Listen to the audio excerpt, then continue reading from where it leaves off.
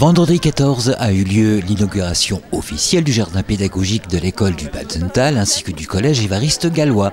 Cette inauguration s'est faite en présence de M. Côté, inspecteur d'académie Metz-Nancy, M. le premier magistrat d'Algrange, M. Patrick Perron, le conseil municipal des enfants, les deux chefs d'établissement, Mme Elisabeth Leclerc pour l'école du Batzental et M. Lausière du collège Évariste Gallois, ainsi que bien sûr tous les élèves des deux écoles.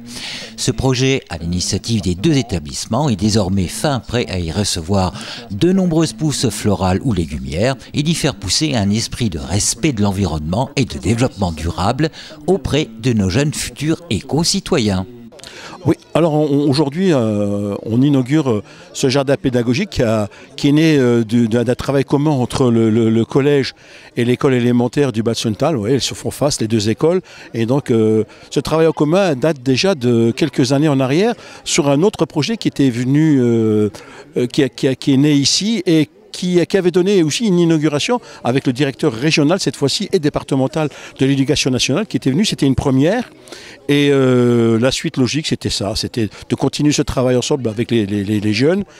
Alors le jardin pédagogique du collège Évariste Gallois d'Algrange s'inscrit dans un projet au long cours.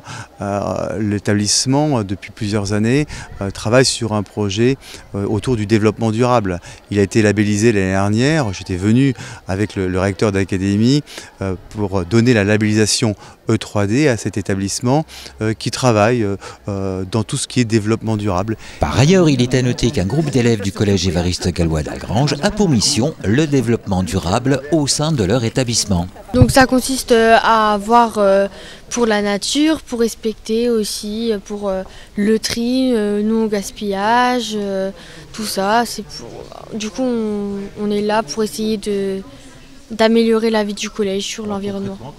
Par exemple, on a organisé du triage à la cantine des aliments et on a essayé de faire moins de gaspillage parce qu'il y a des gens parfois ils veulent pas être servis, du coup les dames ils donnent moins dans l'assiette, comme ça il y a moins de gaspillage. Et l'idée d'un jardin pédagogique, c'est une idée qui rentre un peu dans ce projet de développement durable et il est très intéressant en tout cas que ce soit l'occasion à la fois pour le collège Évariste Gallois d'Algrange mais également pour l'école élémentaire maternelle qui se trouve juste en face de travailler ensemble sur quelque chose qui est aujourd'hui essentiel, c'est-à-dire la question du développement durable, la question de la sobriété énergétique et pour les élèves, l'école est aussi un espace d'apprentissage et d'éducation à cette problématique qui touche notre pays mais qui touche aujourd'hui l'ensemble de la planète.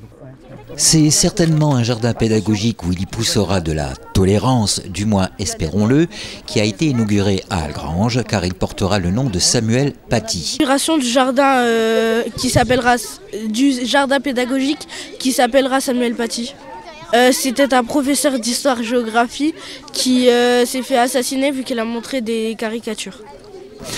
En effet, c'est le 16 octobre 2020 que Samuel Paty, professeur d'histoire-géographie, fut assassiné devant son collège. Chaque école, chaque établissement scolaire de par l'Hexagone pourra organiser un hommage à lui le vendredi 14 octobre ou le lundi 17 octobre. Les deux établissements scolaires algrangeois lui rendent donc hommage en imposant son nom à leur jardin pédagogique.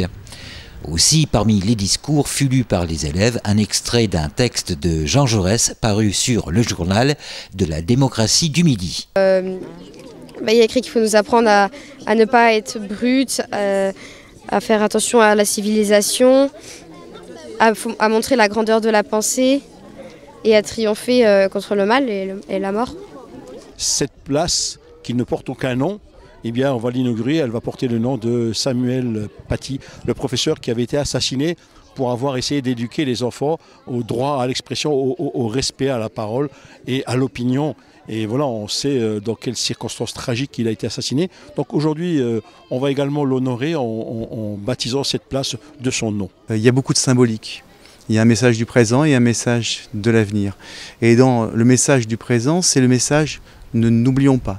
N'oublions pas le sacrifice du collègue Samuel Paty qui a été assassiné alors qu'il faisait son métier et assassiné parce qu'il enseignait la liberté d'expression. Oui, et ça va sûrement me plaire, je pense, parce que ça a l'air bien. Ça sera du travail, pas pour rien, ça sera du travail fait, pas pour rien.